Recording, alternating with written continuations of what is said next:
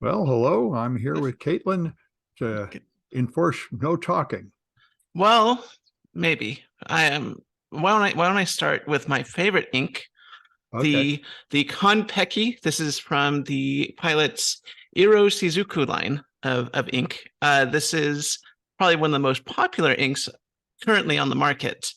Pilot, of course, makes great pens, great inks, and this one in particular shades from like a dark blue to a light blue as you write it. So I have one of Pilot's, of course, most popular pens, the Vanishing Point here, filled with the Konpeki ink. And as you can see, it's a clean ink. It doesn't mess up your pen too much. And I have over here some Tomoe River paper, which is perfect for trying out this ink right now. So Sam's looking at me kind of weird. I don't know why.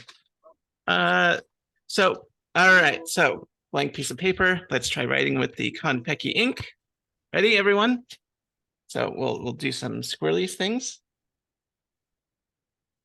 And oops, I don't know if you can see that very well. But you can see that the blue is this beautiful shade of blue, but it also shades a bit as you write. So sometimes you get darker blue and lighter blue. I'm telling you, Konpeki ink, even though it's very popular, it's popular for a reason. Well, all right.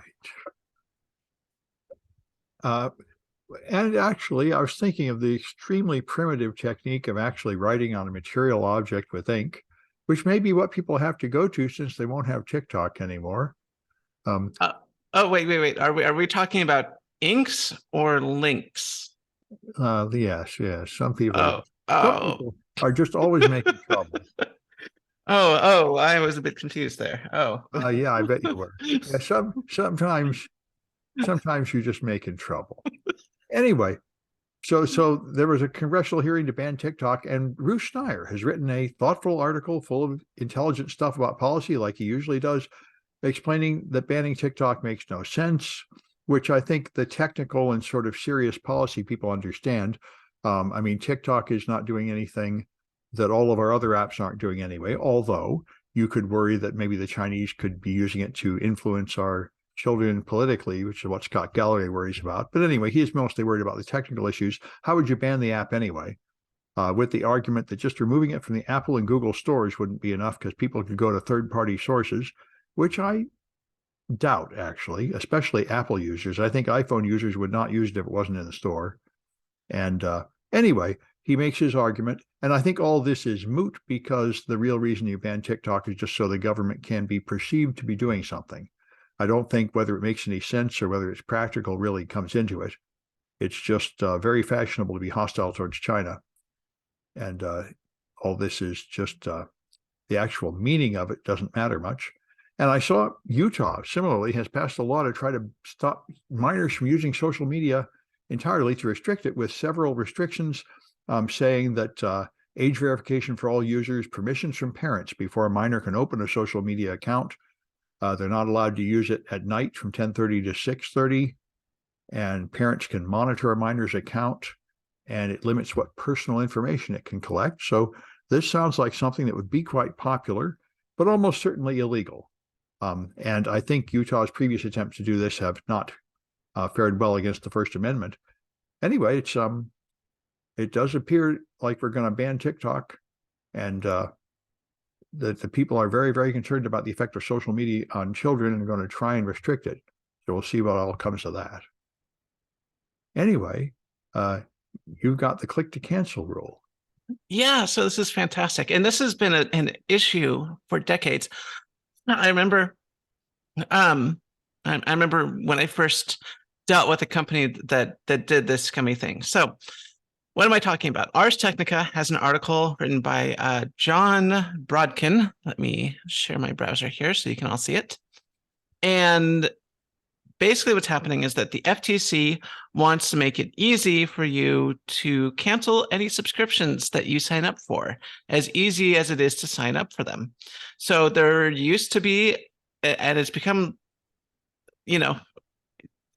less prevalent, but it used to be very easy to sign up for any service like AOL. like AOL, exactly. Like you could sign up for World of Warcraft, you could sign up for brilliant.org, I don't know. But then if you want to cancel it, so you can just like one click to sign up, they have your credit card info. But if you want to cancel it, you got to call them up, wait on the line for 30 minutes. No one wants to do that. And you end up paying for these services just because it's too much of a hassle to try to cancel, which is a scummy business practice.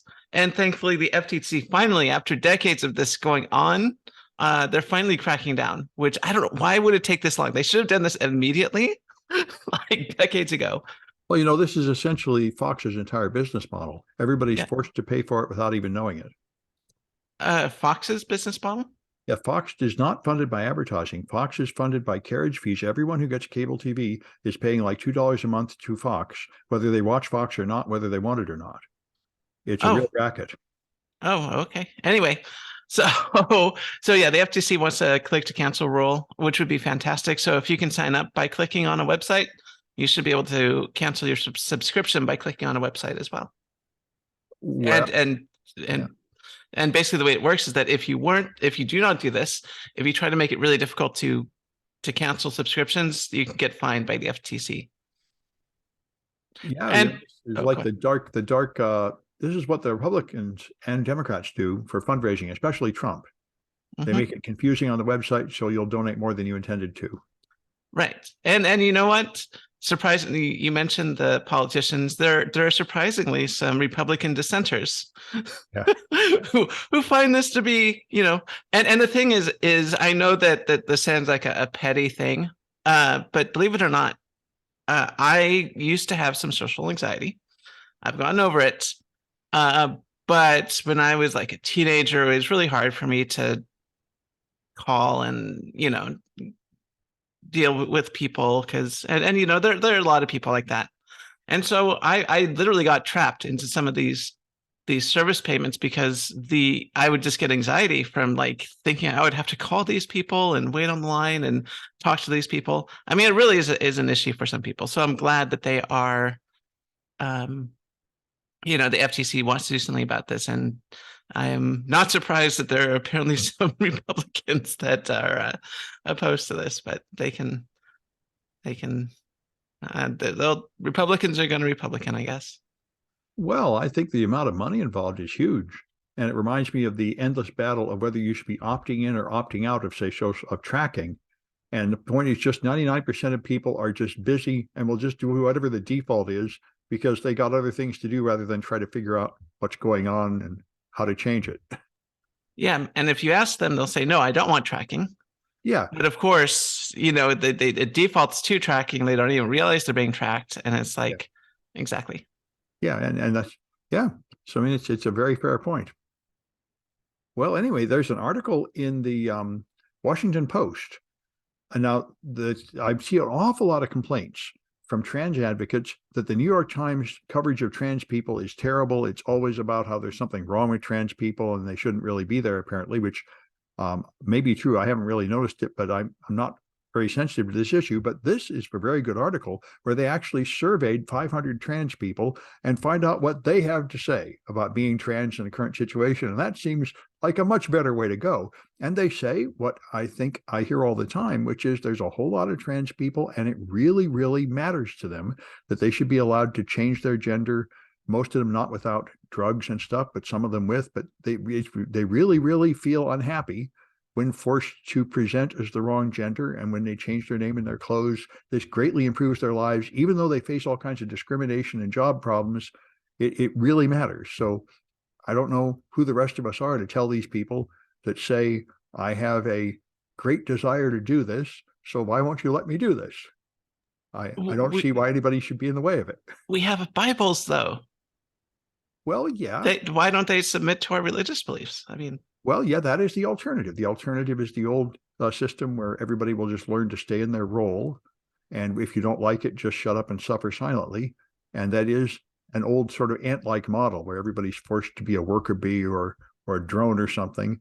And that's one possible way to make a society, but that's certainly not the American way, which is very much into individual liberty, and you should be allowed to choose your own life.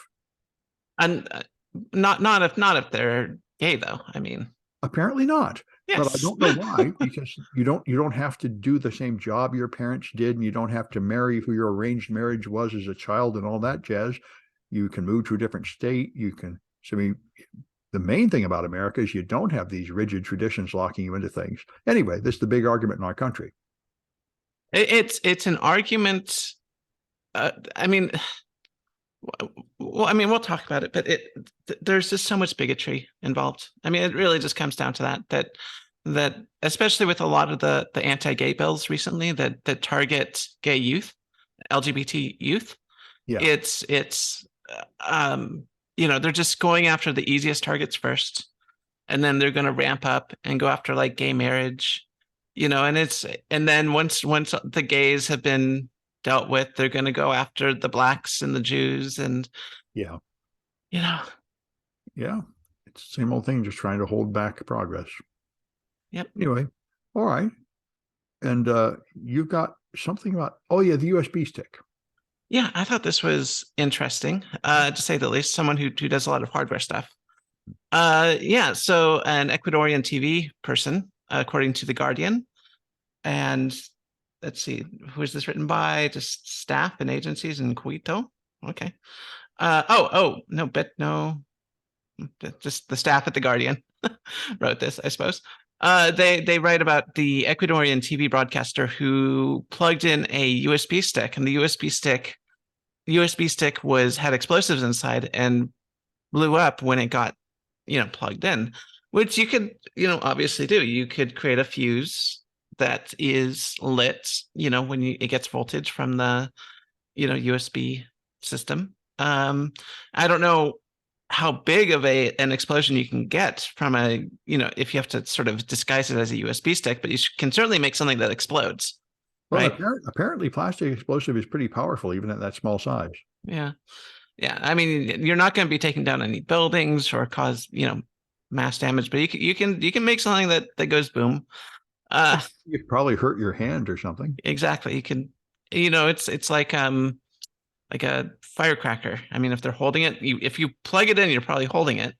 Could blow off someone's fingers or something.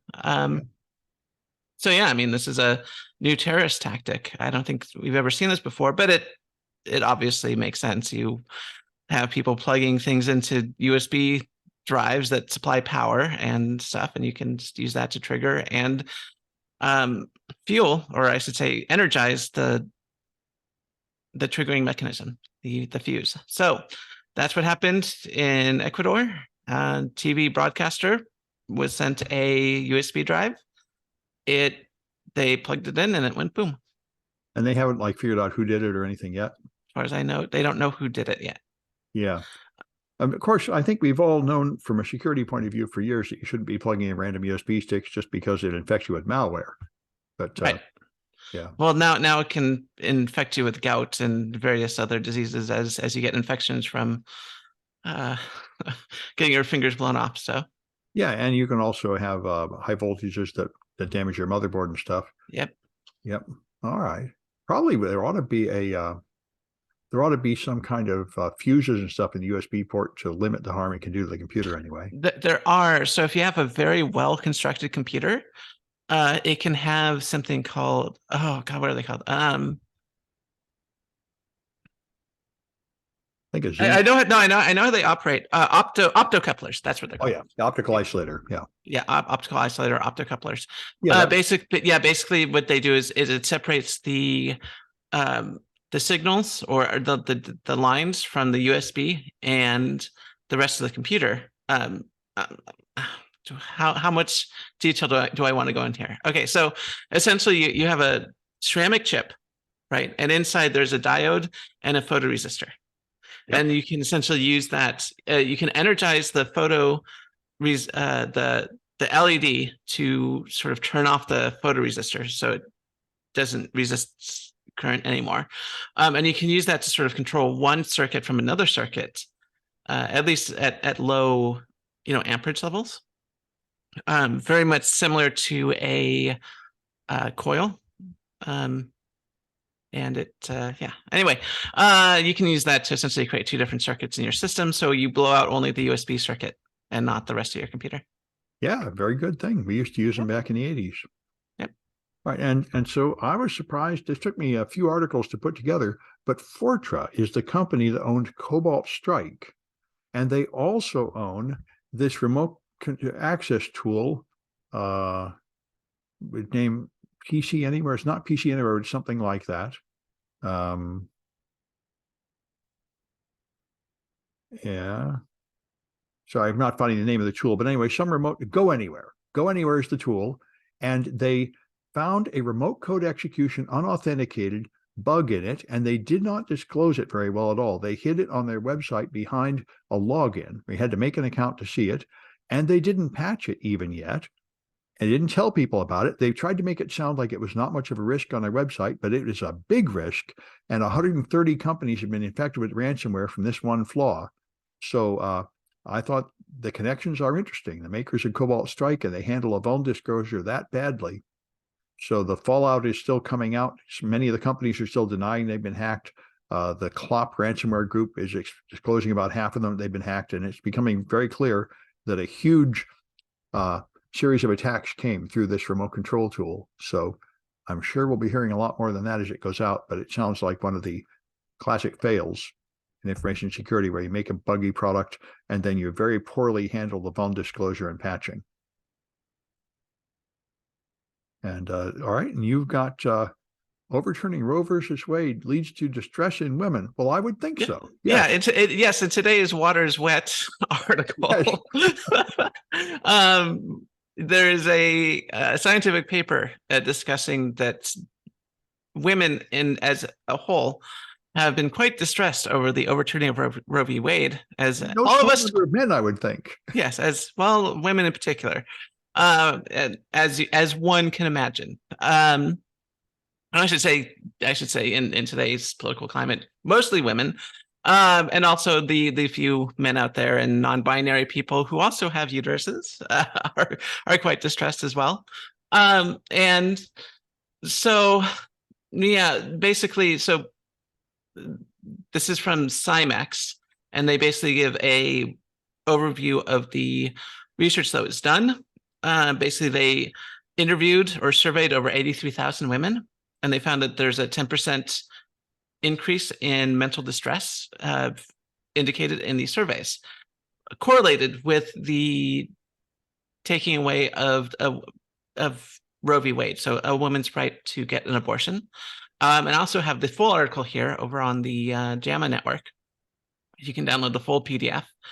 But yeah, the article is mental distress among female individuals of reproductive age and reported barriers to legal abortion following the U.S. Supreme Court decision to overturn Roe v. Wade. So yes, as one would expect, many women are suffering. A lot of the focus on abortion rights is the super bad suffering that women who feel that they need an abortion and can't get one will go and, do terrible things, like, and put themselves at risk and potentially die. But there's also this sort of terroristic element of just increasing women's anxiety levels like everywhere, which is the whole point. I mean, it really is. We were talking about anti-LGBT laws, overturning Roe v. Wade. This is about making these uppity women, these uppity gays, etc., suffer and cause them distress. And it's working. So, yeah, and I think the point is to create a climate of fear, so women just feel like there's something wrong with them and they're inferior and they should like be meek and submissive and stuff. Yeah. I mean, I don't think that they think that much about what they actually do to the people who are getting medical procedures. It's to create the culture of conformity where, oh, I better not wear the wrong clothes or say the wrong word. I better make sure and stay in my box. Exactly. I mean, I really can't stress this enough. I know that the people, pushing these things are saying things like, oh, it's, God's will and all this stuff. And what I've found is that when people sort of go to religion, they're doing that to justify their bigotry. It's not that their religion says this, therefore they do that. It's always the other way around. Because if you take away their religion, it's going to be something else, right? And when you really get to the heart of the issue, it really does come down to, people having a certain, or I should say Americans, certain Americans having a disgust to women's sexuality, to women getting abortions, to gay people, kissing, to people having different faiths and believing different things and having different lifestyles, to an aversion to the fact that not wanting to learn about so this is very common among privileged white people, not wanting to learn about how their privilege is derived from the suffering of people of color and stuff like that. So it's basically bigotry all the way down. Yeah, and it goes all the way back. I mean, America's always been the melting pot. So just every generation of Americans is complaining about whoever's newer in the country. These rotten Italians or Irishmen or whoever they are ruining everything. Right. I mean, but what makes this so weird is that, women have always been part of America. Gay people have always been part of America. All types of LGBT people have been part of America. Jewish people have always been part of America. None of this is new, but especially with the overturning of Roe v. Wade, there's been a movement to move forward and sort of reclaim America in the name of the bigots. And it's distressing for sure. Well, I think in the broad society, this is the fall of America from being an imperial power. And as it declines, you have generations where the children are doing less well economically than the parents. And this just makes people very convinced that something is terribly wrong. And then they just search about for someone to blame it on. And they blame it on whoever the usual people you blame things on are. Right. And usually that involves the Jews for some reason. I don't know why, but it always comes back to blaming Jewish people. Well, I think I understand it. I haven't read any analysis of it, but I think the point is Jews don't mix with because they're religious rules, they never integrate into your culture. So they always remain a persistent group of people that are different. Right. And therefore seen with suspicion. Right. So the way it works always is you go after the gays, and then you go after the Jews for some reason. I don't know why. In America, I would also imagine it would be very much going after people of color. Yeah. And the Jews as well, because Americans really have a lot of bigotry against people of color. But, and we need to educate people about this, get people to understand why this is not okay, what this leads to. But there is definitely an effort to make sure that people are not educated about, things in American history, like the fall of the Tulsa Massacre and the fall of Black Wall Street. That was never taught to me in grade school, even though that was a super important, event in American history.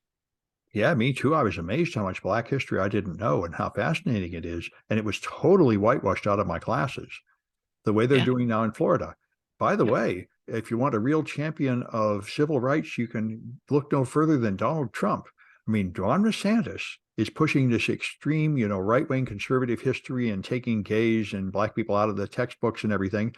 And Donald Trump has attacked him yesterday with a whole lot of amazingly correct statistics about how Florida, in fact, is at the bottom in many, many ways and should not be seen as a model of what the whole nation should become.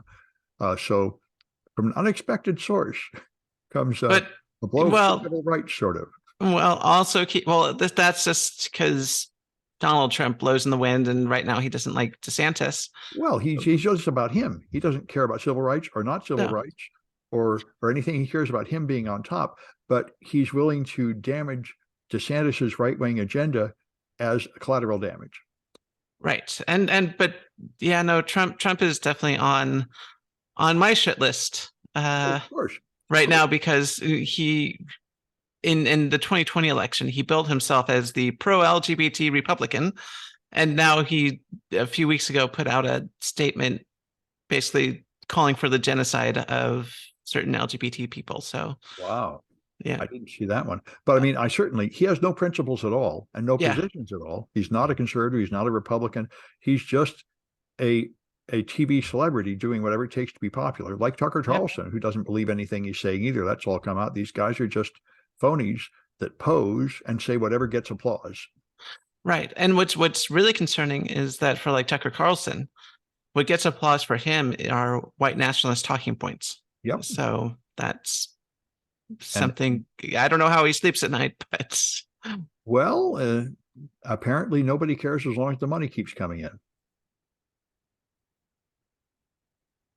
For a lot of people, money is the answer to everything and all that matters. I guess. All right. Well, anyway, that's it for this one. And we'll be back on Tuesday. With more ink reviews? It's possible. You never know when things like that will appear.